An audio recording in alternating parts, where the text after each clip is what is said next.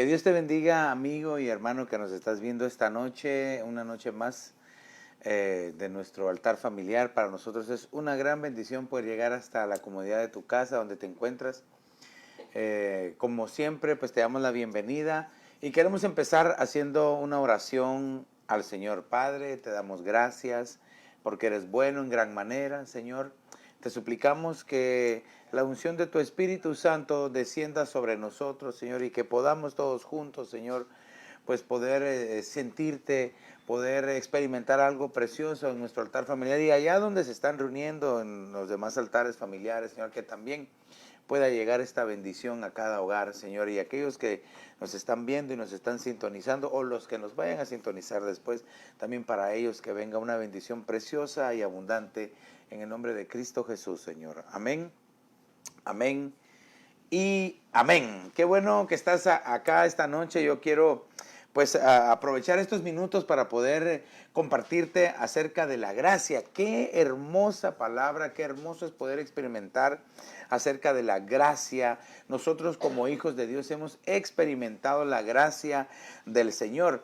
Por ejemplo, esto solamente es un dato para ti, si a los que les gusta apuntar, a los que les gusta pues las estadísticas. Por ejemplo, en la Biblia de las Américas, la palabra gracia aparece 186 veces.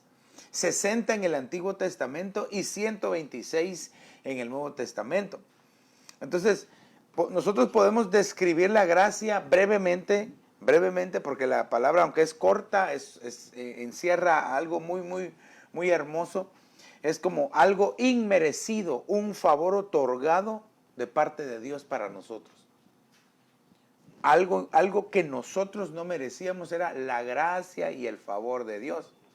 Pero en el diccionario Strong, la palabra gracia, pues en griego se dice charis o caris, ¿verdad? Y esta significa varias cosas. Específicamente es la influencia divina sobre el corazón. Influencia divina sobre el corazón.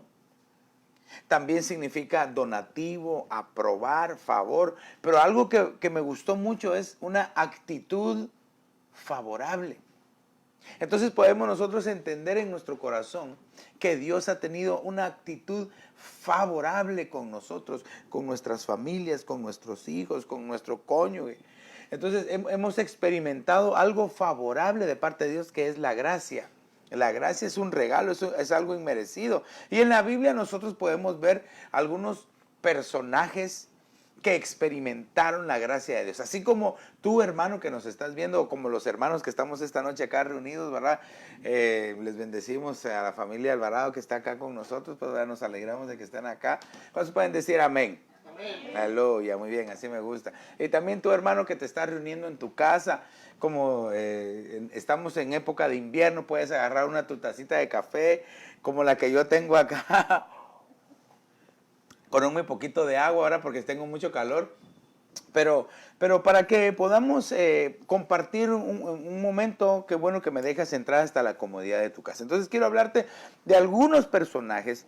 Por ejemplo, el apóstol Pedro negó al Señor Jesús, pero él experimentó la gracia de parte de Dios. Dios lo perdonó, Dios lo restauró, Dios le ayudó. En Primera de Pedro capítulo 1 y verso número 2 dice: según el previo conocimiento de Dios Padre, por la obra santificadora del Espíritu, para obedecer a Jesucristo. Ahí vemos a los tres, Padre, Hijo y Espíritu Santo. Dice, y poder ser rociados con su sangre. Dice, que la gracia y la paz os sean multiplicadas. Mire, Pedro tenía tanto que hablar de la gracia, que es el favor inmerecido, que es, como decía, es una actitud favorable de parte de Dios hacia nosotros. El Señor Jesucristo le perdona el que lo haya negado. No una, no dos, 3 veces.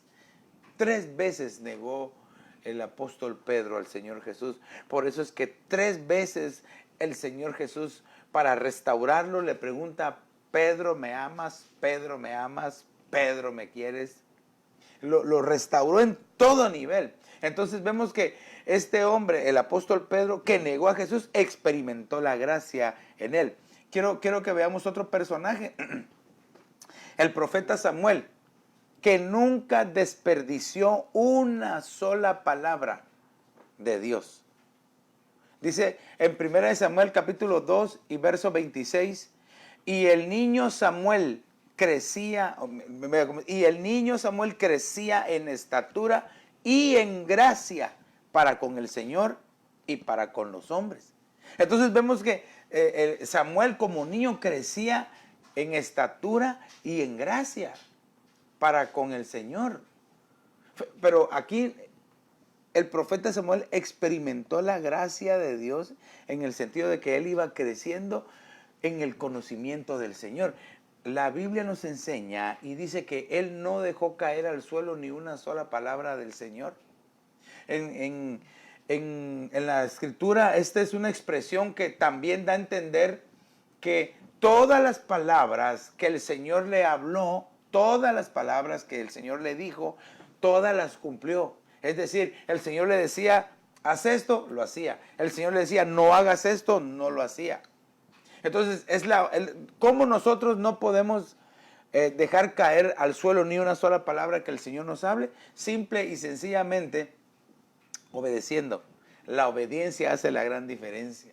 La obediencia cambia la vida de los cristianos. La obediencia les abre puertas de bendiciones. La obediencia nos lleva hacia otro nivel. Tanto así que aquí dice que el profeta Samuel dice que, fíjese bien cómo dice, el profeta Samuel dice, crecía en estatura y en gracia. Quiere decir de que él no se quedó disparejo, conforme iba creciendo en estatura, iba creciendo en gracia con Dios, la gracia que el Señor le había otorgado. Pero quiero que veamos otro personaje, que está en Lucas capítulo 1 y verso 80, parece lo mismo, pero dice, y el niño crecía y se fortalecía en espíritu y vivió en lugares desiertos hasta el día en que apareció en público a Israel. Yo le puse aquí Juan el Bautista, el hombre que conoció la gracia personalmente. Qué precioso. Porque usted y yo hemos conocido la gracia a través del Señor Jesucristo, a través de haber sido salvados por el Señor Jesucristo. Pero este hombre Juan el Bautista, él conoció personalmente, tocó, abrazó quizás al Señor Jesús. Cuando lo bautizó, lo sintió, quizás sintió los abrazos, las caricias del Señor Jesús. Personalmente, la gracia en persona se le manifestó a Juan el Bautista.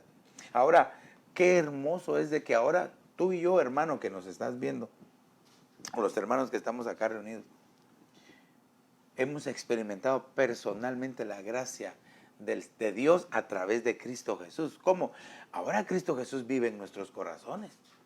Por eso el ambiente en nuestra casa, el ambiente en familia, ya no es como antes sin Cristo. Antes sin Cristo quizás habían pleitos, discusiones, pero ahora en Cristo Jesús las cosas van cambiando. No digo yo que tal vez no haya problemas, porque problemas se va a ver en todos los lugares, pero Cristo Jesús es el que trae la gracia y nos ayuda a ir cambiando cada uno de nosotros. Yo como esposo, yo como padre, aunque yo pudiera decirle a mi esposa o a mis hijos, cambien, pero yo tengo que buscar cambiar primero, yo tengo que ser el que lo haga primero. No tengo que buscar que cambien los demás, yo tengo que cambiar las cosas tal vez que al Señor no le agrada. Lo mismo tienes que pensar tú, amado hermano, esposo, hombre de familia que nos estás viendo. No quieras cambiar a nadie, cambia tú primero las cosas que tú sabes que tienes que cambiar para que en familia tengan un altar y que pueda haber bendición en la familia. Entonces, Juan el Bautista, el hombre que conoció la gracia personalmente. Ahora, quiero hablarte de la gracia personificada. Aleluya, es nuestro amado Señor Jesucristo. Lucas capítulo 2 y verso 40 dice, y el niño crecía y se fortalecía, llenándose de sabiduría, y la gracia de Dios estaba sobre él. Entonces aquí vemos la gracia acompañada de sabiduría.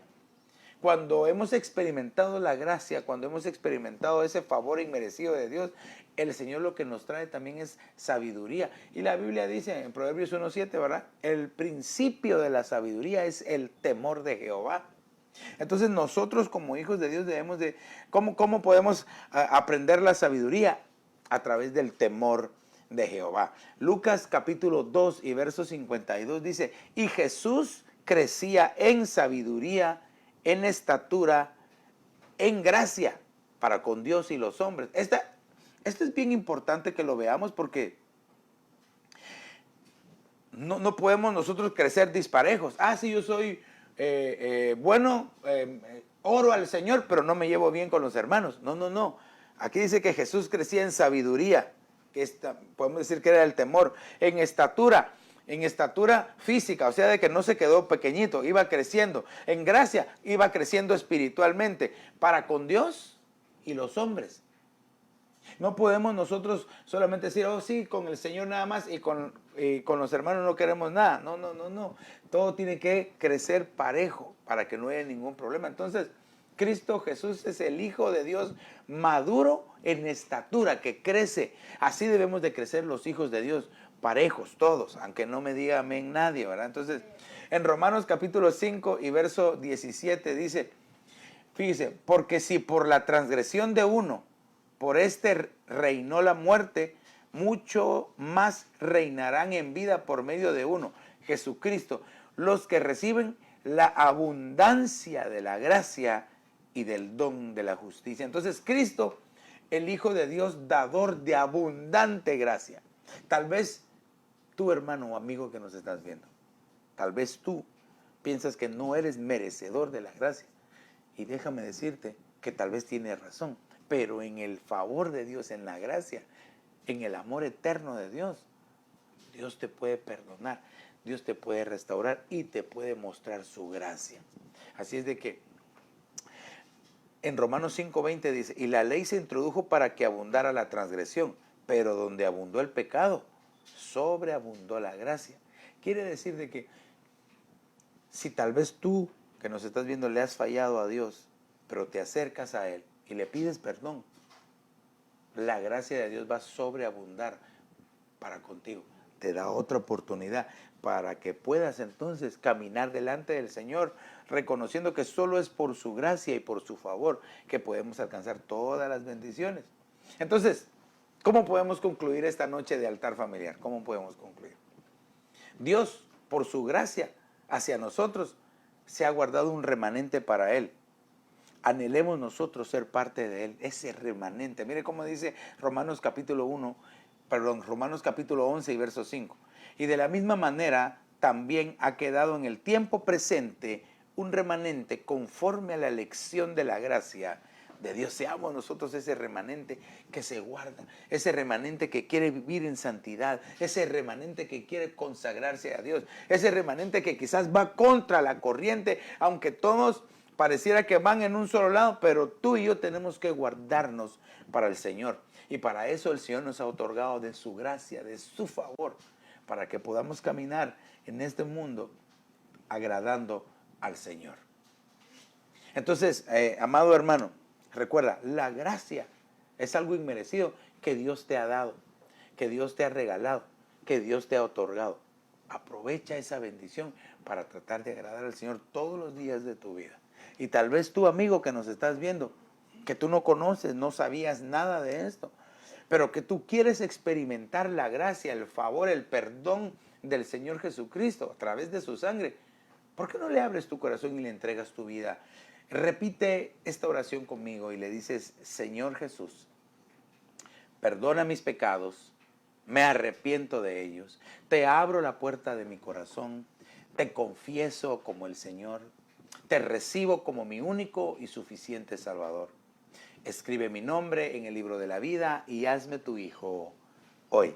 Si hiciste esta pequeña pero poderosa oración, estoy seguro que a partir de hoy vas a experimentar en persona la gracia de Dios en Cristo Jesús.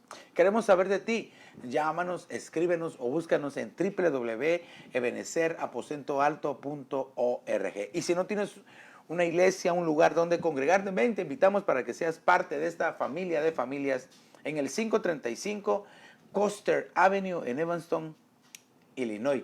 Y para nosotros ha sido una bendición poder llegar en este tiempo, ni se siente el tiempo tan corto de este altar familiar, pero te invitamos para que el próximo jueves nos sintonices en punto de las 7:30. Que Dios te bendiga rica y abundantemente.